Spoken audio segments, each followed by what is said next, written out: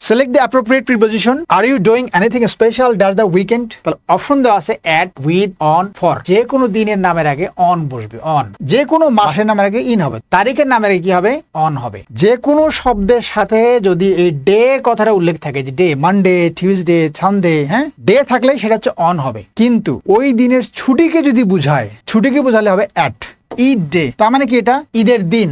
আবার শুধু ঈদও বলতে পারি। আবার বললাম হলিডে, আবার বললাম শুধু হলি।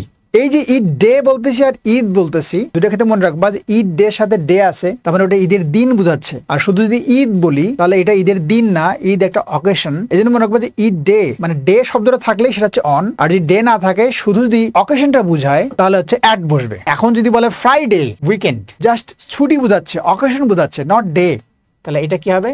অ্যাট উইকেন্ড বা অ্যাট দ্য উইকেন্ড হবে। এই জন্যই এখানে কি হবে আনসারটা? এখানে আনসারটা অ্যাট হবে।